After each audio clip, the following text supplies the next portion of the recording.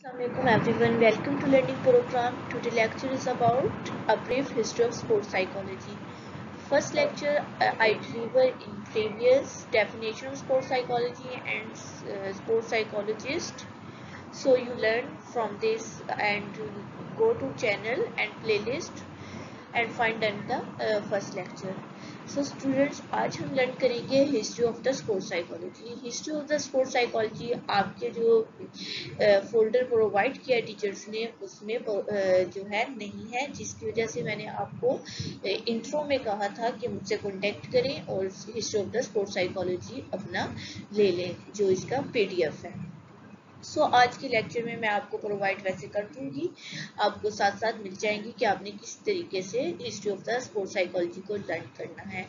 Very important lecture है for the exam के point of view से.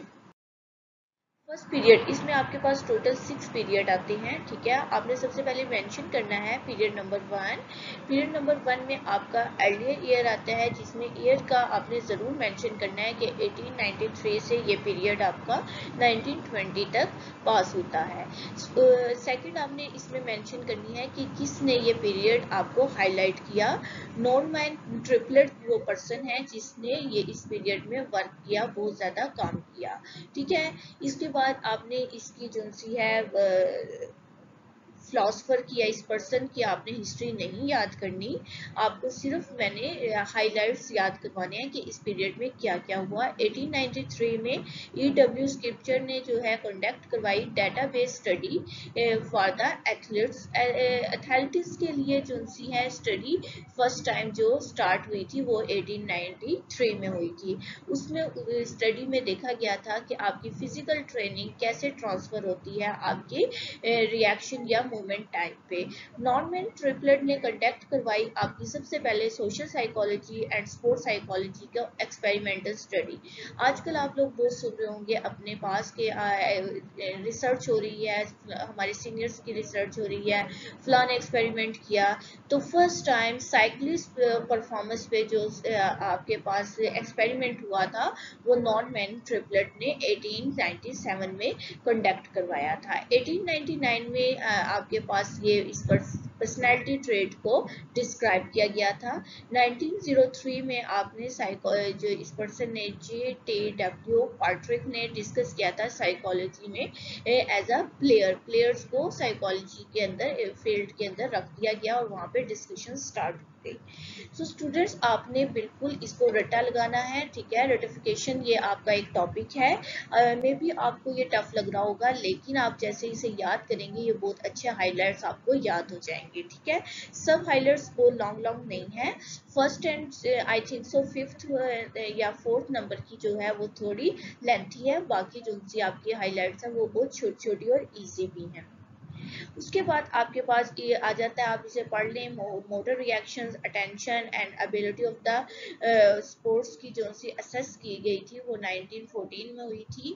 आपने अगर किसी भी साइंटिस्ट का नेम नहीं याद रहता तो आप उसको डेट को मेंशन करके, फॉर एग्जांपल मैं आपको मेंशन करती हूँ कि जैसे कि ये 1914 आप मेंशन करें और उसके बाद आप बता दें कि इसमें क्या हुआ था, असेस हुआ था मोटर रिएक्शंस को और अटेंशंस को और ability of the performance, sports की परफॉर्मेंस को. फिर 1918 के अंदर जो है पॉलमैन ग्रिफ्ट था, उसने कंडक्ट करवाई कि आपकी फुटबॉल और बास्केटबॉल के प्लेयर्स हैं जिनसे उसमें इनफॉर्मल स्टडी को. सेकंड पीरियड आ जाता है जिसमें ग्रिफ्ट एरा के नाम से वो फेमस है. 1921 से 1938 के ये पीरियड है. मैंने साथ में आपको ये जो साइकोलॉजिस्ट हैं इनकी पिक्चर भी शो की है बिकॉज आपको ये याद रहे, में भी याद रह जाए. ठीक है, हाइलाइट्स अगर हम इसकी याद करते हैं तो 1921 से आपके पास 25 रिसर्च आर्टिकल्स इस पर्सन ने पब्लिश किए थे. 1925 में जो से हैं एथलेटिक्स पे जो रिसर्च वर्क स्टार्ट हो गया था. 26 में साइकोलॉजी ऑफ द कोचिंग पे जो है फर्स्ट रिसर्च पेपर पब्लिश हुआ था. 1928 पे एथलेटिक्स ऑफ द साइकोलॉजी पे रिसर्च पेपर.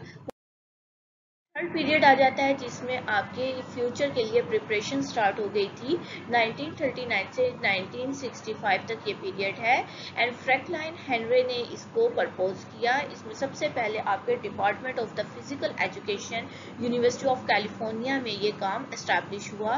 1943 में जो सा है वो कॉलेज के बॉक्सर्स में ये स्टडी हुई और रिलैक्सेशन ट्रेनिंग और इंटरवेंशन स्टार्ट हो गई। इंटरवेंशन अगर आप देखें तो ये 1943 में साइकोलॉजी में आ गई थी और डिफरेंट रिलैक्सेशन ट्रेनिंग्स आई थी जिससे ओवरकम करते थे साइकोलॉजी के इश्यूज को। सो साइकोलॉजी के इश्यूज को जो है अंडर द कंट्रोल उन्होंने स्पोर्ट्स में भी ये चीजें ऐड कर दी। ठीक है, उसके बाद 1949 में जो है इमोशंस पे काम हुआ, 1951 पे एथलेटिक्स के इमोशंस पे एंड 51 में साइकोलॉजी ऑफ द कोचिंग के ऊपर और आर्टिकल राइट हुआ एंड 1965 में फर्स्ट वर्ल्ड कांग्रेस में स्पोर्ट्स साइकोलॉजी की फर्स्ट जो सी है कांग्रेस हेल्ड की गई। मतलब पहली कॉन्फ्रेंस जो है स्पोर्ट्स साइकोलॉजी की वो 1965 में हेल्ड हुई। फोर्थ पीरियड आपके पास आता है, बहुत इजी है। इसमें स्टैब्लिशमेंट हुई थी स्पोर्ट्स साइकोलॉजी के एकेडमिकल परफॉर्मेंस की। ब्रोके ओगलिवी ने इसने साइकोलॉजिस्ट थे जिन्होंने इसको इस पे हाईलाइट्स पे काम किया था। क्लिनिकल साइकोलॉजिस्ट जो से हैं एज अ 1966 में एथलेटिक्स पे काम स्टार्ट हो गया था। क्लिनिकल साइकोलॉजी स्पेशली इन पे वर्क कर रहे थे। 1967 में जो कि UCLA राइटर ने साइकोलॉजी की फिजिकल एक्टिविटीज पे आर्टिकल लिखा।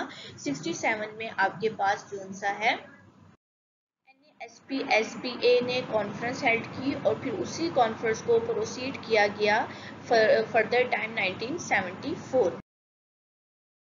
ये हिस्ट्री है, थोड़ा सा लेक्चर लेंथी हो सकता है पर आई ट्राई के लेक्चर जो है जल्दी से जो है कंप्लीट हो जाए 10 मिनट्स के अंडर। फिफ्थ पीरियड में आता है मल्टी डिसिप्लिन साइंस, मतलब कि साइंस में मुख्तलिफ डिसिप्लिन पे काम हुआ और प्रैक्टिकल काम हुआ स्पोर्ट एंड एक्सरसाइज दोनों पे।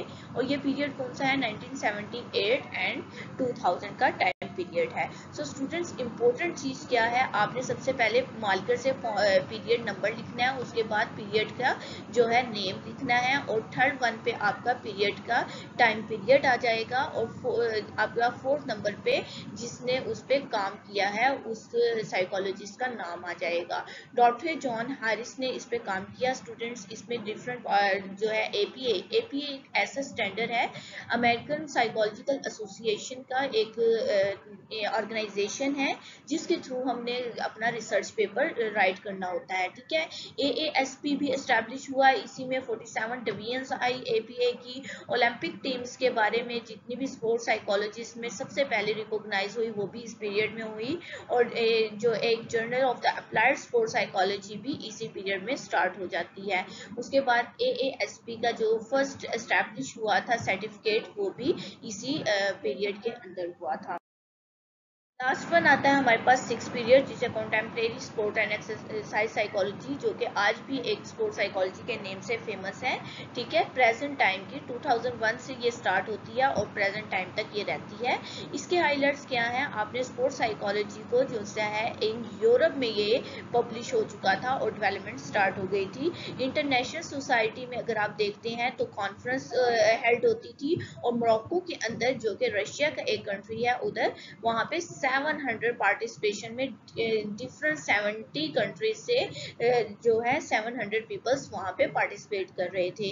उसके बाद जो इमर्ज हुई और प्रिपरेशन हुई एजुकेशन स्टडी में, मतलब आजकल जो है स्पोर्ट साइकोलॉजी को सिर्फ पढ़ा नहीं जाता बल्कि सिर्फ प्ले नहीं किया जाता बल्कि इसे स्टडी भी करते हैं। उसके बाद APA की जो है 47 डिवीजन्स यहाँ पे क्रिएट हुई स्पेशली स्पोर्ट साइकोलॉजी को जिन्होंने एरियाज को अंडरलाइन किया।